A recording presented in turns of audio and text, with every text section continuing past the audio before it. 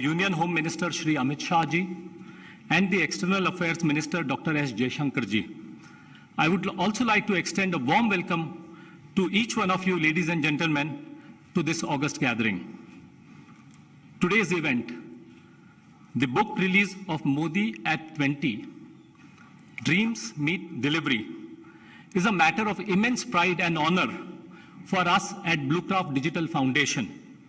The journey of Bluecraft began in 2016 with the motto that for the transformation of governance, it is essential that there should be a transformation of mindset. And if there is one person who has successfully brought in this transformation, and I'm sure everyone will agree with me in this August gathering, it is none other than our Honorable Prime Minister, Shri Narendra Modi ji, whose rise in politics in India in itself is a watershed movement.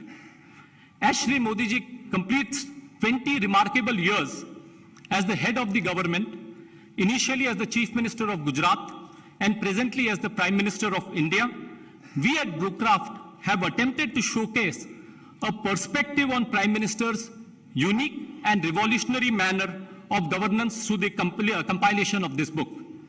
At this juncture, I would also like to thank the illustrious authors, some of whom are present amongst us, for taking time out of their busy schedules and penning down their insightful thoughts on the Prime Minister's leadership. Finally, I would also like to thank Rupa Publication for publishing this book. Thank you, and once again, a warm welcome. धन्यवाद हितेश जी। अब पुस्तक की परिकल्पना के बारे में संक्षिप्त जानकारी के लिए आमंत्रित हैं ब्लूक्राफ्ट डिजिटल फाउंडेशन के CEO Shri Akhilesh Mishra ji.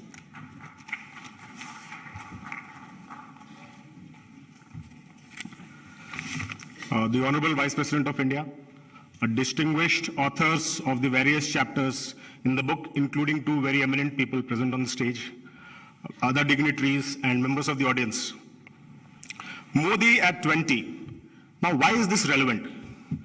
Many leaders have had a tenure of 20 years, maybe less or slightly more. But in a democratic country like India, with such vast diversity, language, regions, culture, to be in a democratically elected leader for 20 continuous years, winning election after election, is a unique thing. India's uniqueness is also highlighted by the fact that we are a very, very youthful nation. We have the culture and the historical and the civilizational tradition of debates, discussions. It is rarely an idea that finds relevance for a significant period of time, and yet for 20 years, the idea of Modi, or should I say, the ideas by Modi, have held the nation in thrall. So this is a very, very special occasion, especially that this is happening in a democratic country like India, which is not an authoritarian state, which is not a controlled democracy, but a free democracy with judiciary, free media, and therefore this 20 years is important. Now, there are some obvious, visible, tangible markers through which we can measure these 20 years. The first, obviously, is that the Prime Minister has won every election on which he has been on a ticket. He has never been defeated. Be it 3 times as Chief Minister of Gujarat winning elections, or twice winning the Prime Ministerial candidate. And what is more significant is this, that his popularity never wins. He wins the next election with a greater majority. And in a country like India, where every 6 months there is some election from parliament to municipality, and incidentally, Prime Minister himself becomes a factor even in a municipal election, this popularity is tested election after election after election, and yet for 20 continuous years running, Mr. Modi has led the thought, the process, the vision for the country for the last 20 years, 2.5 years as Chief Minister, 7.5 years, this month it will become 8 years as Prime Minister. So these are some of the obvious, tangible things that you can measure this. There is one more which we have highlighted in this book. Prime Minister is the first Prime Minister Modi is the first Prime Minister to be elected in office through public acclaim. Now, what do I mean by this? That before Mr. Modi, every other Prime Minister was either nominated in the post for the first time Later, they may have gone and won majorities, or if they were nominated before the election, they did not get complete majority. Mr. Modi is the only Prime Minister who was nominated before the Prime Minister election and won absolute majority on his own. This is a unique achievement. No other Prime Minister has this achievement. So these are some of the tangible through which we can measure these 20 years. But what are the intangibles? The way the culture has changed. So I will list out just 3-4 because of paucity of time. One, and we have seen this recently also, that as a country, as a people, we are no longer satisfied with mere participation certificate. If we participate, now we want a position on the podium. So that is a great mindset change that he has brought. Second, we are no longer satisfied with the second best. If something is happening in the world, we want India to have the same achievement at the same time. If the world has a COVID vaccine developed, then we want a vaccine at the same time as anybody else in the world gets, and we do it.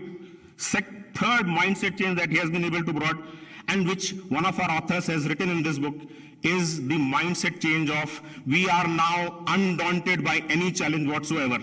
If there is a challenge, we say we will face it. Hoga kaise nahi? How will this not happen? And we then make it happen. A very recent example is the evacuation that we did out in the war between in Ukraine and Russia. Fourth is, and this is again something which Prime Minister's is his own unique ability, that normally one would think that a politician is not necessarily trusted when there is a crisis. Mr. Modi has turned this wisdom upside down. If there is a crisis, the person we trust first is Mr. Modi. कि अगर ये है तो हो जाएगा. Fifth, obviously, is the culture that he has brought, which is of Jan Bhagidari, public participation, participative governance. So there is a participation in making policy between the government, elected representatives, and the people of the country. Sixth is that now there is no dichotomy between our civilizational and cultural heritage and our modern impulses. Mr. Modi has shown that both can seamlessly fuse together and coexist, and we can emerge as a modern nation while being proud of our cultural and civilizational heritage. And finally, there is a significant amount of policy impact that I don't need to list out here. Now, given all this, the tangible achievements, the intangible achievements, it would be impossible for one person, one organization to summarize this in a book. Nobody, how much well-versed that person may be, would be able to summarize this one book format. And that is why we came up with the idea that we will request eminent people who are experts in their own domain to then discuss the Prime Minister's work in this last 20 years and put it in a book format so that it can be a reference material for future generations. So this book that is being released today, it has 5 sections, 21 chapters, and there are 22 eminent authors. One chapter has been co-written by 2 other people. So 21 chapters. These 5 sections are, the first section is the social impact. We call it People First. So what is the social impact of Prime Minister? This is with respect to youth, with respect to women, how to eradicate and completely eliminate poverty. Second section is the political and the cultural impact. The way electioneering has been completely changed in India, how politics have become people first, and the cultural impact. The third section is the economic section, which talks about the economic reforms, last mile delivery, delivering at speed and scale. Fourth section is the governance model. This has 8 chapters. This is the longest section, and it takes us through the various facets of Prime Minister's governance, be it crisis management, be it Jan Bhagidari, be it use of technology in governance, and so on. And the final chapter is India's engagement with the world, which includes our foreign policy, our defense policy, and our relations and how we manage our diaspora. So these are the 5 sections, and now I don't want to take your time. The best people to talk about these sections is the authors themselves, so we will listen to the authors. Thank you so much for coming. Thank you. धन्यवाद अखिलेश जी। अब बारी है इस पुस्तक के बारे में एक ऑडियो विजुअल प्रस्तुतिकरण की।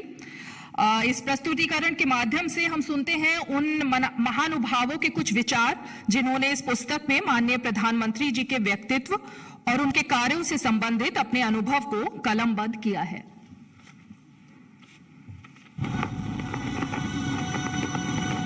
मैं नरेंद्र दामोदर दास मोदी ईश्वर की शपथ लेता हूं कि मैं विधि द्वारा स्थापित भारत के संविधान के प्रति सच्ची श्रद्धा और निष्ठा रखूंगा। Leader, statesman, visionary. In a journey spanning 20 years, Shri Narendra Modi has played many roles. As a three-time Chief Minister of Gujarat, he led the state's transformation from relative underdevelopment to one of India's most prosperous and fastest-growing states. मैं modernisation का पक्षकार हूं, लेकिन modernisation without discrimination. As a two-term Prime Minister, he continues to unshackle India with far-reaching socio-economic reforms that has empowered 1.3 billion Indians in more ways than ever before. As a statesman, he's amongst a select few world leaders to simultaneously win the respect of nations that oppose each other. Modi at 20, dreams meet delivery, brings together intellectuals, policymakers, industry leaders, and experts across varied fields to chronicle the shaping of new India that is both in tune with its civilizational moorings as well as modern in outlook and achievements. Modi at 20 offers a holistic view of 2 decades of Narendra Modi. On 7th October 2021, Shri Modi completed 20 continuous years as head of democratically elected governments, 12 and a half years as Chief Minister of Gujarat, and 7.5 years and counting as the Prime Minister of India. The phenomenon becomes unique when seen in the light that before 2001, Shri Modi had never held any elected office. Since then, he's remained undefeated in 5 consecutive elections. 2002, 2007 and 2012 as Chief Ministerial Candidate in Gujarat. 2014 and 2019 as Prime Ministerial Candidate. And his popularity has only grown with time. Let us listen from the authors of the various chapters themselves as they take us through the unique insights that they offer in their respective chapters. Narendra Modi's unstinting support to entrepreneurs, to the startup world, to people who build the nation through enterprise has been unstinting over his entire journey. And I've had the privilege of being associated with him through this entire period of 20 years. Modi ji has repeatedly emphasized that our nation must transition from women's development to women-led development. In my article, I have written that what a modular approach meant to him. How one project led to another project, then to the third project, and ultimately the final message was well-being of the masses. For him, it is nation which matters, and he always thought that he lives for the nation. I'll give a true incident. 20 years back, I met mother and a child. A mother was a cook. A child was going to school. And I met them and I talked to them. The mother told me that she wants her daughter should become a receptionist. And that is her aim in life. Now, the girl has become an entrepreneur. I asked her why it happened, how it happened, and what is the reason. She said, I have changed in 20 years. Government is extremely supportive in all their schemes, and she went on telling that how her parents have a bank account. A great leader can inspire people. He can bring a wind of change in many directions. And that is what has happened in our country. Gujarat's agriculture achieved a tremendous rate of growth of 9.2% per annum. This is unheard of in the Indian history of agriculture in any state. I would say this is the first time in the history of thousands of years of India, India has exported 20 million tons of rice in 21-22 in a global market of about 50 million tons. PM Modi says that India's attitude towards meeting its goals has changed from chalta hai to badal sakta hai, which has struck a chord with me. This is the same attitude that a young person brings to whatever he or she approaches. It is the same attitude that PM Modi has shown in governance too. I've looked deeply at the environmental and ecological leadership provided by Mr. Modi, including on issues related to climate change. Mr. Modi has shown that development and sustainability can coexist. Our culture has been, in a sense, under attack for a long time. And my chapter explores what Prime Minister Modi has done consistently, and even earlier what he did in his role as a Chief Minister. Prime Minister Modi has focused not just on Kashi Vishwanath Ji temple, but one explores various other temple towns that have been revived. And it's not just the worship places of Hinduism, but the worship places of all other religions that exist in India. One thing unique about the Prime Minister is his ability to carry out schemes on scale. So we mentioned Aadhaar, then there was Jan Dhan, Swachh Bharat. Now we are seeing another very, very big initiative underway, which is the Nal Se Jal. I asked a bystander why he supported Modi ji. A young boy confidently said, क्योंकि सपने दिखाना सिखाया है हमें मोदी जी ने, हमारे prime minister जी ने. People trust Modi ji because he delivers. It is a success that has strengthened public trust in his leadership. This book is not only a must-read for those interested in political science and governance, but it's also a masterclass in communications, in personal development, and in management studies. In last 7 years, he has brought a tremendous change, tremendous excitement, not only for India, but also for Indian American community. And I would really try to say that worldwide community, worldwide Indian diaspora. I worked in different parts of the world. I know how the health system works. No country in the world could have vaccinated 150 crore people in such a short period of time. It's simply not possible. But we have done it. So essentially, India has managed to prove that we can do amazing things provided we have a leader like Mr. Modi. It is his appreciation of the possibilities of technology which has enabled Digital India, now entering what is called as the tech decade or techade. And just as we used technology to build Aadhaar, the Jam Trinity, many more things are happening. India is a digital leader in financial transactions done digitally. And this again is thanks to the big push that Prime Minister Modi gave UPI in the years after 2016. Here is a man who dared to dream big, because India is a country of a size of 1.4 billion people that needs leaders who can imagine big initiatives and can implement them on a scale. I am particularly delighted that I was tasked with the responsibility of writing a chapter on thinking big and executing in scale. How do you deliver female empowerment? Is through sanitation. And the whole toilet program, providing toilets for every house, was a major campaign, a very, very successful campaign.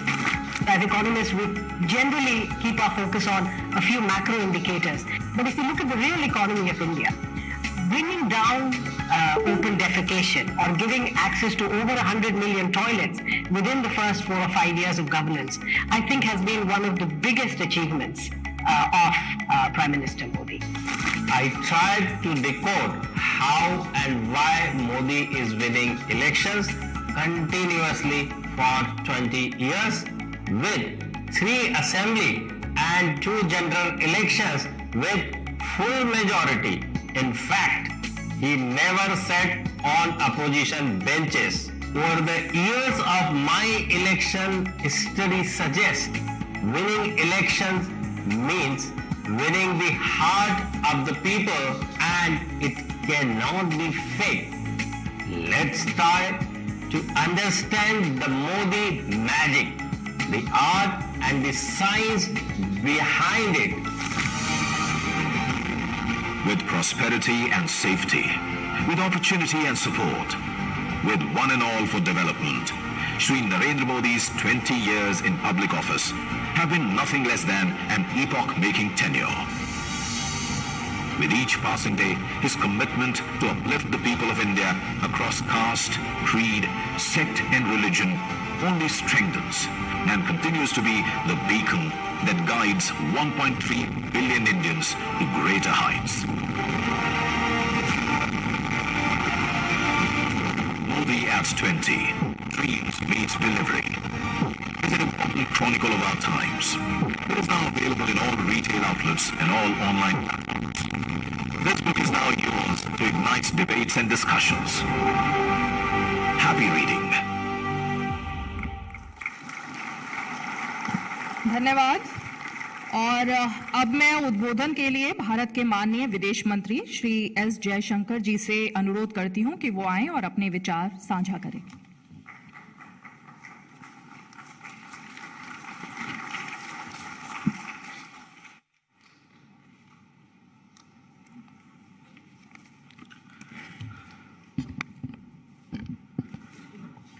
Respected Vice President, Honorable Home Minister, dear colleagues, fellow authors, friends. It's a great privilege to be a contributor to this volume that marks 20 years in government of Shri Narendra Modi ji. I have obviously contributed on the foreign policy impact that he's had over the last 8 years. And in doing so, try to trace the influence of his Gujarat years on his foreign policy. And what I present really from the analysis of these 8 years are the new concepts, the aspirations, the vision, the strategy that he has brought to bear in this domain. Perhaps the right starting point for my remarks today would be my first encounter with him. And this was 10 years ago, 11 years ago, November 2011. I was ambassador in China, and he was the Chief Minister of Gujarat, visiting China, as many Chief Ministers did at that time. And we were used in the embassy to Chief Ministers. But this one was very different. It was very different because he arrived after midnight. He wanted his first briefing meeting at 7 o'clock in the morning. He ran a 12-hour day with a half-an-hour lunch break. And he proceeded to cover 3 cities, I think, in 4 days. And of course, today, this is standard operating procedure for all of us. But at that time, it was a discovery. And it wasn't just the grueling schedule which I recall from that visit. He did something very unusual as Chief Minister.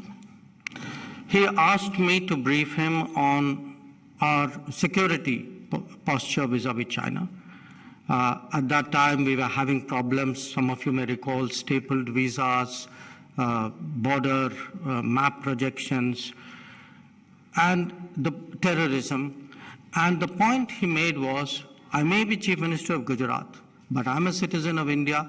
When I go outside, I will not be 1 millimeter different from what is our national stance. The second was, again, Chief Ministers typically come to promote their states, but he was worried about the economic imbalance between India and China.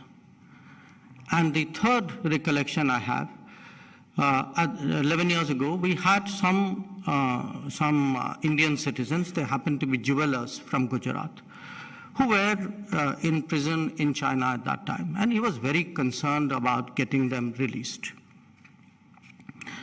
Now, I remember those 3 aspects because in a way, I would say they were my first outline of what his thinking was about foreign policy.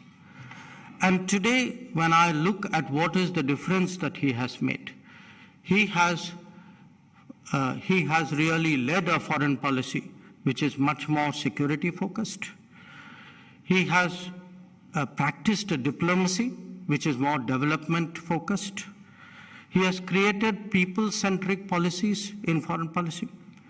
And he has run a foreign policy of a civilizational state. So let me very quickly fast forward 8 years and run through each of these 4 themes. National security emphasis. The 8 years of Modi Sarkar has brought terrorism fair square at the center of the global debate. And he has concentrated on developing the border infrastructure because he knows that is essential to meet our security challenges. So it could be Uri and Balakot, it could be Doklam and Ladakh. But you can see today, this is not a country that shies away from its hard security challenges. Let me talk about diplomacy for development. I think if you look in terms of his efforts to get capital, technology, best practices from the world, the interest that he takes in trade, he actually addressed every one of our embassies in pursuit of a goal of reaching $400 billion of exports. The effort which he makes to move funds so that their investment in India generates employment. When he goes abroad, he looks at railways, he looks at EVs, he looks at environment, green projects, with a view of what is it he can take back to India. So it is very much that quest for development is very much at the heart of what he does abroad. As for being people-centric, I think each one of you will know how much easier it is today to get a passport, how he has cut through layers of bureaucracy, made it so much simpler. How he actually imagined that we would use post offices who in this day and age were less relevant as passport collection centers. A very good example actually of minimum government, maximum governance. And in terms of the people centricity, I think you saw the Vande Bharat mission during the COVID. Operation Ganga, which was referred to, Operation Devi Shakti, that today an Indian going abroad knows that we have their back. That in whatever situation of distress, we are there for them. And that is a huge change in the country's profile, in the confidence that citizens have about us, and in the view that the world has about us. And this is also reflected in his diaspora policies, in his Diaspora Connect, beginning with Madison Square Garden. In fact, in my chapter, I describe what was the conversation we had, which led to the Madison Square Garden program. And our effort today at migration and mobility agreements so that our people can work abroad, because Prime Minister Modi sees the world not just as a marketplace, but as a global workplace. And a lot of his foreign policy efforts are in that direction. And finally, the cultural side. I think the projection of India, I think he's a quintessentially Indian persona who is today, his presence on the world stage, I think, projects India in a manner that is very difficult to describe. But it is reflected in initiatives on the International Day of Yoga, on the propagation of Ayurveda. In fact, even on an assertion that we are not just followers of democracy, we are actually owners of democracy. In many ways, we are founders of democracy. It is deep in our culture. Our pluralism is actually one of the traditions, one of the histories on the basis of which democracy has developed. So these, to my mind, are the big changes which have happened, as I said, not just in these 8 years, but in the years preceding those where they struck roots. But I also see them reflected in greater conceptual clarity, in the idea of a non-reciprocal generous neighborhood policy, in the idea of a ocean space, a Sagar policy, where we are the first responders, in extended neighborhoods, whether it is the Gulf, Southeast Asia, or Central Asia, in an independent and confident posture in the world, where we can engage all the major powers on our terms, knowing our interests and getting our outcomes, and in expanding our global footprint. I can also assert with a great deal of evidence that he has shaped global agenda. Again, some of it goes back to the Gujarat years, the interest in solar, for example, which has led to the Solar Alliance today. His earthquake recovery efforts, which has created the Coalition for Disaster Resilient Infrastructure. His emphasis on putting black money, terrorism, digital, SDGs on the global agenda. So here is a Prime Minister who has actually propagated and practiced a policy of India first. India first, not as India versus the world, but India first with India at the center of his perspective and his outlook. And that is his ability actually to harmonize India and the world is exactly what led him to undertake the Vaccine Maitri initiative.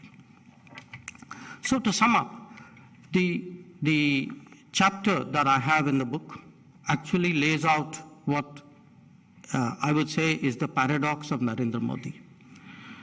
A visionary, but a person of great detail.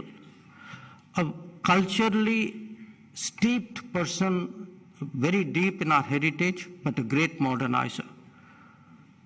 A very strong nationalist, but a very believing internationalist. So, as they said, happy reading. बहुत बहुत धन्यवाद माननीय विदेश मंत्री जी।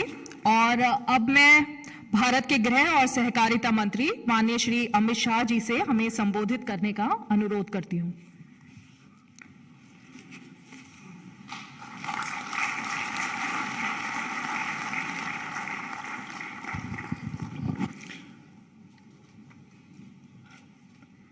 भारत के उपराष्ट्रपति महामहिम श्रीमान वेंकैया जी, मोदी जी की मंत्रिपरिषद में मेरे साथी विदेश मंत्री श्रीमान जयशंकर जी, आज ये महत्वपूर्ण कार्यक्रम में उपस्थित सभी भाइयों और बहनों, Modi at 20 dream meet delivery. आज मोदी जी के साथ जिन्होंने सालों तक काम किया है, ऐसे भारत के उपराष्ट्रपति वेंकैया जी के हाथों से इसका लोकार्पण होने वाला है। मैंने पुस्तक को बारीकी से देखा है। मैं इतना ही कह सकता हूं कि जो लोग भारत के सर्वांगीण और सर्वसमावेशी विकास में विश्वास करते हैं, जो लोग एक संपूर्ण व्यक्तित्व किस तरह से निर्मित हो इसके रास्ते पर विश्वास करते हैं, ये सभी लोगों के लिए, विशेषकर समाज सेवा और राजनीति के क्षेत्र में काम करने वाले सभी लोगों के लिए ये पुस्तक एक गीता बनकर आने वाले दिनों में उभरने वाला है। मैं आज इस पुस्तक के अंदर जो अलग अलग चैप्टर लिखे गए हैं इसके बारे में बात नहीं करना चाहता, परंतु पुस्तक जिन पर है इनके बारे में बात करना चाहता हूं। जिस प्रकार का ऑडियंस मेरे सामने है, इन्होंने नरेंद्र मोदी जी को 20 साल से जाना है, देखा है, मोदी जी की सफलताओं को देखा है, मोदी जी के 20 साल हेड ऑफ द गवर्नमेंट के नाते भारत में और गुजरात में जिस तरह से परिवर्तन आया है इसको सभी ने देखा है। परंतु मैं राजनीतिक शास्त्र के विद्यार्थी के नाते ये जरूर कहना चाहता हूं कि इसके पीछे जाना चाहिए। मोदी जी के 20 साल का अनुभव, मोदी जी के इसके पहले के 30 साल का जब तक अध्ययन नहीं करते वो अधूरा रह जाएगा। मोदी जी के 5 दशक का सार्वजनिक जीवन एक बिल्कुल गरीबी के आंगन में से उठकर देश के प्रधानमंत्री बनने तक की सफर, एक छोटे से कार्यकर्ता से लेकर सभी पॉलिटिकल पार्टियों में सबसे लोकप्रिय नेतृत्व बनने तक की सफर और कभी पंचायत के सदस्य न रहे हुए व्यक्ति आज पूरा विश्व जिसका नेतृत्व स्वीकार करता है, ऐसे भारत के प्रधानमंत्री बनने तक की सफर। अगर इसको समझना है तो आगे के 30 साल में जरूर जाना। मोदी जी के आगे के 30 साल 3 दशक संगठन के अंदर गुजरे। संगठन के कार्यकर्ता के नाते छोटे से छोटे गांव में कभी एसटी बस पर, कभी मोटरसाइकिल पर, कभी ऑटो में बैठकर गरीब से गरीब घर के अंदर इतनी ही साहसिकता से खाना खाते हुए मैंने मोदी जी को देखा है। और जो हम सब लोगों के लिए कुट प्रश्न है कि समस्याओं को समझने का इतनी बड़ी शक्ति मोदी जी में कहां से आती है। नीति निर्धारण करते वक्त छोटे से छोटे व्यक्ति के लिए नीति हो, ये आग्रह कहां से आता है। और नीति सर्वसमावेशी हो, सर्वस्पर्शी हो, ये कुनेह कहां से आती है, उसका जवाब वो 30 साल के अंदर है। पहला हिस्सा उनका जीवन का परिश्रम, संवेदना, संवेदनाओं के साथ समस्याओं को समझना, समस्याओं का विश्लेषण करना और विश्लेषण के आधार पर समस्या का समाधान ढूंढना। ये प्रक्रिया 30 साल चलती है, तब जाकर एक नरेंद्र मोदी सफल मुख्यमंत्री बनता है। लोगों की गरीबी, लोगों की समस्याएं, समाज के अंदर फैली अव्यवस्थाएं, लोकतंत्र के प्रति लोगों का उठता विश्वास, ये देखकर अगर दिल में टीस खड़ी नहीं होती है, एक दर्द खड़ा नहीं होता है, तो दर्द जब तक खड़ा नहीं होता है कोई नरेंद्र मोदी नहीं बन पाता है। ये संवेदनशील स्वभाव उनका जो है, इसी में से टीस की निर्मित, दर्द की निर्मित होती है और उसी में से सभी समस्याओं का समाधान निकला है। भारत के जनमानस को समझना, भारत की समस्याओं को समझना, भारत के समाज की सांस्कृतिक विविधताओं को समझना और समझते समझते भारत की संस्कृति पर अमाप गौरव का दिल में अकल्पनीय स्थान पैदा करना और समस्याओं के समाधान की दिशा में सोचना, इन्होंने एक प्रक्रिया ने ही मोदी जी को आज इस स्थान पर बिठाया है। 20 साल से मोदी जी ने कई उपलब्धियां हासिल की है। ढेर सारे लोगों ने इनका एनालिसिस भी किया है। खास कर एडमिनिस्ट्रेशन के लिए और गवर्नेंस के लिए मोदी जी ने जो उपलब्धियां हासिल की है, इसका मूल्यांकन बहुत अच्छे तरीके से किया है। मगर मैं एक बात कहना चाहता हूं, एक ऐसे व्यक्ति का मूल्यांकन आप कर रहे हो जिसको मुख्यमंत्री बनने से पहले पंचायत चलाने का भी अनुभव नहीं था। मोदी जी जब मुख्यमंत्री बने उसके पहले कोई चुनाव नहीं लड़े थे, पंचायत के सदस्य भी नहीं थे।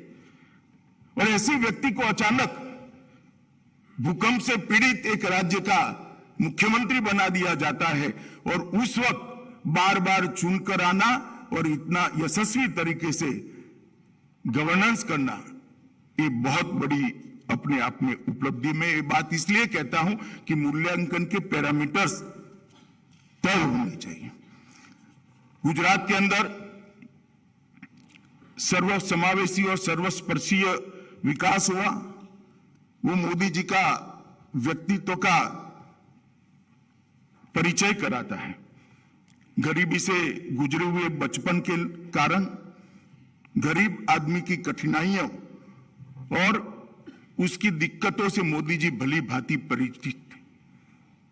उन्होंने मुख्यमंत्री बनने के बाद संवेदनशील तरीके से समाज के अंतिम व्यक्ति के लिए योजनाएं कैसे बन सकती है और योजनाओं को बनाकर अंतिम व्यक्ति तक किस तरह से पहुंचा जा सकता है, इसका एक उत्कृष्ट उदाहरण लोगों के सामने दिया है। मित्रों, योजनाओं के बारे में मैं जरूर थोड़ी बात करना चाहूंगा। मोदी जी की योजनाओं का अनेक प्रकार का विश्लेषण हो सकता है, मगर उन्होंने योजनाओं को लोकाभिमुख बनाया। गुजरात के कृषि महोत्सव के मॉडल का जो स्टडी करेगा उसको मालूम पड़ेगा कि परिवर्तन किस प्रकार से आता है। गुजरात के कृषि महोत्सव की परंपरा ने सिद्ध कर दिया कि लोकतंत्र को जवाबदेह, लोकतंत्र में एडमिनिस्ट्रेशन को जवाबदेह बनाया जा सकता है। हर गांव में कृषि महोत्सव का रथ पहुंचता था और जो सरकारी मदद लेने के लिए किसानों को तहसील लेवल पर और जिला लेवल पर बार बार जाना पड़ता था, वो सरकारी मदद उन्हीं के गांव के अंदर पहुंचाने की शुरुआत एक कृषि महोत्सव ने की। तो उन्होंने योजनाओं को लोकाभिमुख बनाया। मोदी जी ने योजनाओं के साइज और स्केल दोनों को बदलने का काम किया और योजनाओं को संपूर्ण समस्या के उन्मूलन की दिशा में प्रेरित किया। जैसे पहले योजनाएं बनती थी, इस बजट में इतने गांवों के अंदर बिजली पहुंचाएंगे, इस बजट में इतने घरों के अंदर बिजली पहुंचाएंगे, इस बजट में इतने शौचालय बनाएंगे, इस बजट में इतने लोगों को स्वास्थ्य कार्ड देंगे। मोदी जी की योजनाओं का अगर आप स्टडी करेंगे तो अब संख्या नहीं होती है, समस्या का संपूर्ण उन्मूलन होता है। देश में हर घर में बिजली पहुंचाएंगे, देश में हर घर में आज शौचालय पहुंचाएंगे, देश के हर घर में गैस का सिलेंडर पहुंचाएंगे, देश के हर घर में पीने का पानी नल से पहुंचाएंगे। समस्याओं का संपूर्ण उन्मूलन ये उनकी योजनाओं का विशेषता रहा और एक दृष्टि से साइज और स्केल दोनों को मोदी जी ने परिवर्तित किया है। उन्होंने कई प्रकार की योजनाओं की इस प्रकार से लिया कि समग्र क्षेत्र को आप समग्र क्षेत्र का सुधार कर सके। मैं एक छोटा सा उदाहरण गुजरात के शिक्षा व्यवस्था के लिए उन्होंने किया, इसका कहना चाहता हूं। जब गुजरात में मोदी जी मुख्यमंत्री बने तब हमारा ड्रॉप आउट रेशियो 42% था और एनरोलमेंट 68% था। मोदी जी ने बेटी बचाओ बेटी पढ़ाओ योजना कार्यक्रम हाथ में लिया, इससे एनरोलमेंट 100% हुआ और ड्रॉप आउट रेशियो 1% से भी नीचे चला गया। एक प्रकार से समस्या का संपूर्ण समाधान की दिशा में उनके कार्यक्रम भी बने, योजनाएं भी बनी। इसके बाद क्वालिटी सुधारने के लिए गुणोत्सव का आयोजन किया और आज मैं कह सकता हूं, कोई क्रेडिट लेने के लिए कुछ भी बोले, गुजरात की प्राइमरी एजुकेशन पूरे देश के लिए मॉडल है और गुजरात के अंदर ये परिवर्तन मोदी जी ने किया। और हम कई बार मोदी जी के कार्यक्रमों को पिसमिल टुकड़ों में देखते हैं और इसका एनालिसिस करते हैं, कोई आर्टिकल दिखता है, कोई इस पर बोलता है, मगर समस्त समस्या के समाधान के लिए जो आयोजन है, मैं भारत सरकार में उनके मंत्री बनने के बाद स्वास्थ्य के लिए उन्होंने जो अनेक कार्यक्रम कड़ीबद्ध रूप से लयबद्ध तरीके से बनाए हैं, इसके बारे में जरूर कहना चाहूंगा। सबसे पहले उन्होंने स्वच्छता अभियान जो शुरू किया, जो स्वास्थ्य के साथ सीधा जुड़ा हुआ है, हर घर में टॉयलेट पहुंचाया, साफ सफाई के लिए एक बहुत बड़ा अभियान शुरू हुआ और स्वच्छता की संस्कृति को पुनर्जीवित किया। फिट इंडिया का मूवमेंट चलाया, वो भी स्वास्थ्य के लिए जुड़ा है। योग दिन और योग का महत्व पूरी दुनिया और देश में प्रस्तावित किया, वो भी स्वास्थ्य के साथ जुड़ा है। पोषण अभियान को उन्होंने महत्व दिया, वो भी बच्चे की इम्यूनिटी, माता की इम्यूनिटी के साथ रिलेटेड अभियान है। इसके बाद प्रोटेक्टिव तरीके से कुछ योजनाएं बनाई, जैसे मिशन इंद्रधनुष, आयुष्मान भारत। ये दोनों योजनाओं ने बच्चों को सुरक्षित करना और हर व्यक्ति को 5 लाख तक की सभी स्वास्थ्य सेवाएं फ्री मिले। देश के 60 करोड़ लोगों के दिमाग पर से, उनके सर पर से स्वास्थ्य का पूरा बोझ हटाने का काम किया। उसके बाद में एक सीरीज ऑफ वेलनेस सेंटर बनाए, इंफ्रास्ट्रक्चर स्कीम लेकर आए, जिसके तहत देश का इंफ्रास्ट्रक्चर बढ़ा, और मेडिकल कॉलेज की स्थापना का उन्होंने जो परंपरा किया, थ्रस्ट दिया, इसके कारण मैं एक ही आंकड़ा कहना चाहता हूं कि आज भारत में यूजी और पीजी दोनों क्षेत्रों में हम 2 गुना डॉक्टर बाहर हर साल बाहर आए, इस प्रकार की स्थिति पर पहुंचे। तो स्वास्थ्य के क्षेत्र में सभी योजनाओं को कोई पिसमिल देखेगा तो उसका मूल्यांकन नहीं कर पाएगा, परंतु अगर आप उसको एक कड़ी में रखकर देखेंगे, एक बहुत बड़ी श्रृंखला की लड़ी के रूप में देखेंगे, तो आपको मालूम पड़ेगा कितनी धैर्य के साथ सोचकर शुरू से योजना बनाई गई है और 8 साल के अंदर हर साल एक चीज जुड़ती गई और समस्या का संपूर्ण समाधान की दिशा में हम आगे बढ़े हैं। नीतियों के निर्धारण के लिए एक ऐसी सरकार के बाद मोदी जी की सरकार आई जिसको कहते थे कि पॉलिसी पैरालिसिस वाली सरकार थी। मोदी जी ने 8 साल में नीतियां कैसे निर्धारित हो सकती है, इसके लिए ढेर सारा दुनिया के सामने स्टडी करने का मटेरियल उपलब्ध कराया है। मैं बहुत सारी बात नहीं करना चाहता, परंतु कुछ नीतियों की जरूर बात करना। भारत ने कभी भी अंतरिक्ष के लिए अपनी नीति बनाने का सोचा नहीं था। मोदी जी ने अंतरिक्ष की नीति बनाकर आज एक बहुत बड़ा बाजार भारत के लिए खुला है और मैं पूरे भरोसे से कहता हूं कि इस क्षेत्र में भी भारत ग्लोबल लीडर बनने जा रहा है। ड्रोन की पॉलिसी देश में थी ही नहीं, अपार संभावनाएं पड़ी, परंतु ड्रोन की पॉलिसी नहीं थी। पढ़े लिखे युवा भी थे, 130 करोड़ का मार्केट भी था और देश अब आधुनिकता को स्वीकारने के लिए, नई चीजों को स्वीकारने के लिए तैयार भी बैठा है, मगर पॉलिसी के बगैर नहीं हो सकता था। ड्रोन पॉलिसी बनाकर एक नया बहुत बड़ा बिजनेस का स्पेस खोलने का काम नरेंद्र मोदी जी ने किया है। औद्योगिक प्रोत्साहनों की योजना को पीएलआई के अंदर अलग प्रकार से रखने का काम किया। स्वास्थ्य मैंने आगे बताया ही है, हेल्थ को बहुत मजबूती के साथ एक ठोस आधार प्रदान करने का काम नरेंद्र मोदी जी ने किया। मित्रों, मैं शिक्षा नीति पर जरूर कहना चाहूंगा।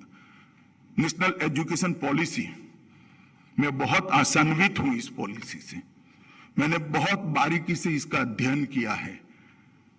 अब तक जितनी भी नेशनल पॉलिसी आई, उन्होंने बच्चों के रोजगार की चिंता की थी।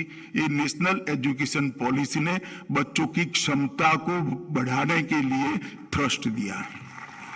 व्यक्ति की कैपेसिटी, व्यक्ति की क्षमता अगर नहीं बढ़ती है तो वो बड़ा आदमी नहीं बन सकता।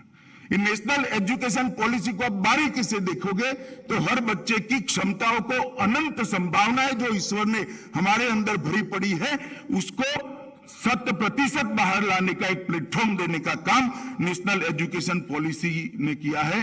और ढेर सारे शिक्षा शास्त्रियों ने बनाई हुई नेशनल एजुकेशन पॉलिसी भी, ये भी वैसे शिक्षा शास्त्रियों ने ही बनाया है, परंतु हर नेशनल एजुकेशन पॉलिसी विवाद में पड़ी है। मोदी जी भारतीय जनता पार्टी के प्रधानमंत्री होने के बावजूद भी जो नेशनल एजुकेशन पॉलिसी लेकर आए, इस पर एक भी विरोध का सुर आज पूरे देश और दुनिया में सुनाई नहीं। इसका कारण है नीति बनाते वक्त गहराइयों के साथ जड़ से समस्या के समाधान के बारे में सोचने का मोदी जी का स्वभाव है। एग्रीकल्चर के अंदर भी ढेर सारे परिवर्तन हुए हैं और स्टार्टअप से लेकर कुछ इस प्रकार की पॉलिसी जो हुई है जिसमें हमारे देश के युवा को विश्व के युवा के साथ कंपटीशन करने का प्लेटफॉर्म, मंच मोदी जी ने उपलब्ध कराया है। तो ये पूरी चीजें इसलिए हो सकती है कि मोदी जी के कुछ व्यक्तिगत गुणों के बारे में भी मैं जरूर बात करना चाहता हूं। मोदी जी से बड़ा श्रोता मैंने देखा नहीं है मेरे जीवन में। मैं 40 साल से काम करता हूं, ढेर सारे नेताओं के संपर्क में भी आया हूं। मोदी जी से बड़ा श्रोता कोई नहीं है और सुनते भी एकाग्रता के साथ है। आप शायद बोलकर निकल जाओगे, भूल जाओगे, मगर 5 साल के बाद वो कहेंगे नहीं भाई पहले तो आपने ये कहा था, अब ये कह रहे हो, क्या हो गया? तब जाकर आपको मालूम पड़ेगा कि मैं पहले ये बोला था। बहुत धैर्य के साथ सुनना, ये बहुत बड़ा उनका गुण है। दूसरी बात, एक अंग्रेजी कहावत है, blood is thicker than water. व्यक्ति अपने आसपास का ही सोचता है, अपने परिवारजनों का ही सोचता है, परिवार के बाद समाज का सोचता है। यहां पर उल्टा है, उन्होंने कहावत को गलत साबित कर दिया है। इन्होंने समाज को ही अपना परिवार मानकर आगे बढ़े हैं।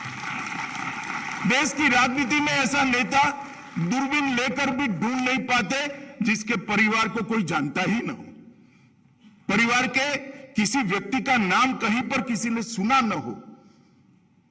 तो blood is thicker than water, ये कहावत को मोदी जी ने गलत साबित किया है। उनकी सोच की दिशा ऊर्ध्व दिशा है। वो हमेशा रचनात्मक तरीके से सोचते हैं, वो हमेशा उच्च लक्ष्यों की ओर सोचते हैं, और वो हमेशा सबसे ज्यादा परिणाम लाने की सोचते हैं। ये ऊर्ध्व गति की सोच ने इस देश के अंदर बहुत बड़ा परिवर्तन किया है। संवेदनशीलता, छोटे से छोटे व्यक्ति के बारे में सोचना। देश के प्रधानमंत्री के नाते मैं एक छोटी सी चीज का उदाहरण कहना चाहता हूं। एक बहुत गंभीर मीटिंग चल रही थी, उस वक्त मैं पार्टी का अध्यक्ष था। मोदी जी की ऑफिस में मीटिंग चल रही थी। एक मयूर आया और उसने कांच की दीवार पर जोर से अपनी चोंच मारना शुरू कर दिया। 2-3 मिनट तक ये प्रक्रिया चली। मोदी जी ने घंटी बजाई, किसी को बुलाया और कहा कि भाई इसका दाना आज नहीं डाला गया है, जरा चिंता करो, ये भूखा है। देश के प्रधानमंत्री को ये सोच, इतनी बड़ी मीटिंग में आना, ये बताता है कि कितने संवेदनशील व्यक्ति है। अनन्य राष्ट्रभक्ति। मित्रों, मैंने मोदी जी के साथ सालों से काम किया है। मैं बेरोक टोक किसी झिझक के बगैर कह सकता हूं, हर सोच में देश की सोच सबसे ऊपर और सबसे ज्यादा होती है। और इसीलिए आज 130 करोड़ की आबादी के मन में विश्वास है, जब देश की शताब्दी मनाई जाएगी हम एक महान भारत को देख पाएंगे। ये जो आत्मविश्वास 130 करोड़ में प्रत्यारोपित करने का काम नरेंद्र मोदी कर पाए हैं, क्योंकि उनके खुद के अंदर अनन्य राष्ट्रभक्ति से कूट कूट कर ईश्वर ने उनको बनाया है। मित्रों, और प्रामाणिकता, पारदर्शिता, इसके बारे में मोदी जी के विरोधी भी उन पर कोई आरोप नहीं कर सकते। नीतियों की निर्धारण के लिए कभी जल्दबाजी नहीं करते हैं, मगर उसके इम्प्लीमेंटेशन में, उसको लागू करने में इनकी जो दृढ़ता है, ये दृढ़ता अच्छों को आश्चर्यचकित करने वाली। मैं कई बार अचंभित रह सकता हूं, इतने विरोध के बावजूद भी कैसे कोई आदमी डट कर रह सकता है जब कोई 6 महीने के बाद वोट लेने के लिए जाना है। मैंने उनकी नीतियों के लिए एक शब्द प्रयोग किया है कि मोदी जी की सरकार लोगों को अच्छा लगे ऐसा फैसला नहीं लेती है। मोदी जी की सरकार लोगों को अच्छा लगे ऐसे फैसले नहीं लेती है। मोदी जी की सरकार लोगों के लिए अच्छे हो ऐसे फैसले लेती है। वोट के लिए राजनीति नहीं करना। व्यापकता बहुत है। हर सोच के अंदर आप व्यापक दृष्टिकोण का अनुभव करते हो। दलित, आदिवासी, गरीब और पिछड़ों के लिए अथाह प्रेम, अथाह संवेदनशीलता और उनके कल्याण के लिए सदैव समर्पित रहना, ये उनकी सोच की विशेषता है। आर्थिक सुधार और टेक्नोलॉजी को भारत के अनुरूप बनाकर भारत सरकार में लाने का काम सबसे पहले देश में अगर किसी व्यक्ति ने किया है तो नरेंद्र मोदी ने किया है। मैं फिर से एक बार कहना चाहता हूं, टेक्नोलॉजी और आर्थिक सुधारों को भारतीय वातावरण और भारतीय जरूरियातों के अनुरूप सांचे में ढालकर सरकार के अंदर प्रस्तापित करने का काम नरेंद्र मोदी जी ने दिया है। ये व्यापकता का अनुभव अगर किसी को करना है तो सुरक्षा के मामले में आज सोमवार को मोदी जी के विचार सुन सकते हैं, मंगलवार को ग्लोबल वार्मिंग पर भी सुन सकते हैं। महिला कल्याण पर बात करते हुए इतनी ही तन्मयता से बात करेंगे, पोषण अभियान के लिए बात करेंगे तो तुरंत स्टार्टअप पर ही इतनी विशदता के साथ वो बात करेंगे। गरीब कल्याण और नई शिक्षा नीति, आरोग्य और विदेश नीति, विदेश नीति के अंदर मैं जरूर कहना चाहता हूं, वैसे जयशंकर जी की उपस्थिति में कहना मुश्किल है क्योंकि मेरा नजरिया थोड़ा अलग प्रकार का होता है, परंतु भारत की विदेश नीति और भारत की रक्षा नीति के बीच में बड़ी घालमेल चल रही थी। कभी भारत की रक्षा नीति विदेश नीति की परछाई से बाहर नहीं आ सकती थी। मोदी जी की विदेश नीति ने प्रस्तावित कर दिया कि हम सबके साथ दोस्ती रखना चाहते हैं, मगर हमारे लिए भारत की सुरक्षा ये हमारा प्राथमिक लक्ष्य है। ये स्पष्टता इतनी क्लैरिटी के साथ 7 दशक के अंदर किसी भी नेता ने दिए नहीं। मित्रों, खुद के लिए काम करने वाले नेता जब काम करते हैं तो अपने नाम के लिए करते हैं, अपने कार्यकाल में बहुत कुछ अच्छा हो इसके लिए करते हैं। एक दृष्टि से मोदी जी के लिए भी बहुत सारे लोग ऐसा कह सकते हैं क्योंकि इनके कार्यकाल में बहुत सारी अच्छाइयां हुई, मगर मोदी जी जब आजादी का अमृत महोत्सव का प्लान लेकर आए तब उनको कोई ऐसा नहीं कह सकता, इसलिए क्योंकि आजादी के अमृत महोत्सव मोदी जी की उपस्थिति में हो रहा है। उन्होंने अमृत महोत्सव से शताब्दी तक के काल को अमृत काल और संकल्प सिद्धि का काल कर 25 साल के बाद महान भारत की रचना उसका लक्ष्य रखकर ये साबित कर दिया है कि ये व्यक्ति केवल और केवल भारत की महानता के लिए सोचता है। मित्रों, कोई पारिवारिक बैकग्राउंड के बगैर, कोई अकस्मात के बगैर, कोई राजनीतिक उठापटक के बगैर एक व्यक्ति जनता का मैंडेट लेकर प्रधानमंत्री बनता है। बार बार चुनाव में जनता उनको अनुमोदन करती है और उसके बाद में वो फिर से एक बार प्रधानमंत्री बनकर आता है, तब स्वीकारना पड़ेगा कि भारत की जनता ने मोदी जी को स्वीकारा है। भारत की जनता मोदी जी को मन से प्यार करती है। मोदी जी ने आजादी के बाद हमारे पूरे देश के नेता भाषा की लघुता ग्रंथि से पीड़ित होते थे। उनको लगता था कि हिंदी में बोलने से मेरे लिए क्या सोचेंगे, और विशेषकर ऐसे ऑडियंस के अंदर मोदी जी ने धड़ल्ले से दुनिया भर में हिंदी का प्रयोग कर ये बता दिया कि भाषा किसी व्यक्ति के गुणों का परिचायक नहीं हो सकती, भाषा अभिव्यक्ति है। व्यक्ति कितना क्षमतावान है वो भाषा पर से निर्धारित नहीं हो सकता। भाषा तो केवल अभिव्यक्ति है, और उन्होंने नई एजुकेशन पॉलिसी के अंदर भारतीय भाषाओं को एक नया आयुष्य देने का और बढ़ावा देने का काम किया है। इसके लिए मैं उनको लाख लाख साधुवाद देना चाहता हूं। उन्होंने जनता का भरोसा जीता है। कोरोना काल था, सब लोग लॉकडाउन में अंदर थे। मैं गृह मंत्रालय जा रहा था, बाहर एक माई खड़ी थी, तो मैंने गाड़ी रोक दी रकाबगंज गुरुद्वारा के सामने और पूछा, माई कोरोना का डर नहीं लगता, क्यों निकले हैं आप? उन्होंने कहा, कुछ काम से बाहर आई हूं, मगर मोदी है ना, कुछ नहीं होने वाला है।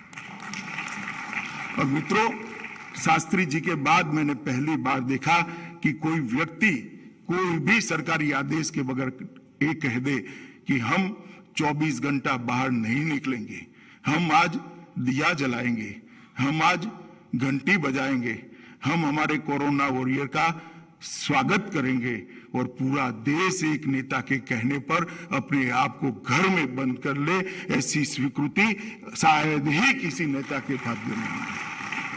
ये भरोसा जो बना है वो कर्तृत्ववान जीवन के कारण बना है। ये जो भरोसा बना है ये निस्वार्थ जीवन के कारण बना है। ये भरोसा जो बना है अनन्य राष्ट्र भक्ति पर लोगों ने भरोसा किया है। इसीलिए मोदी जी आज देश के बिन विवादास्पद नेता है और दुनिया भी उनको स्वीकार करती है। मेरी पार्टी की भी मैं जरूर बात करना चाहूंगा।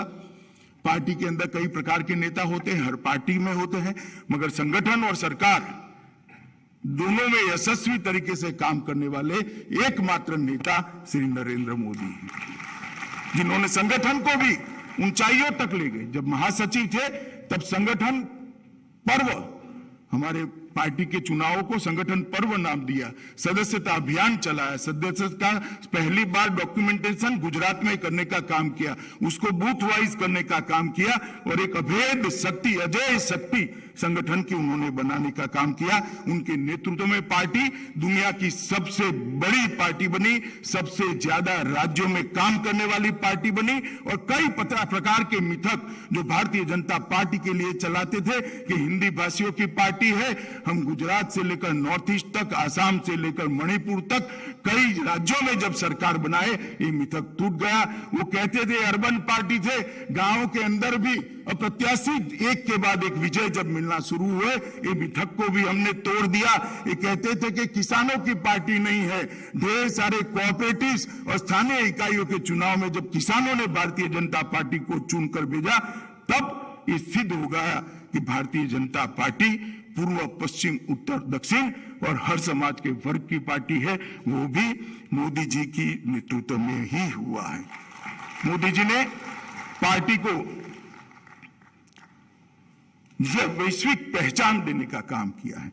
और मित्रों, जब आपको सर्वश्रेष्ठ देना होता है तो खुद को समर्पित करना होता है। मोदी जी ने अपना सर्वश्रेष्ठ दिया भी है और खुद को समर्पित भी किया है। मैं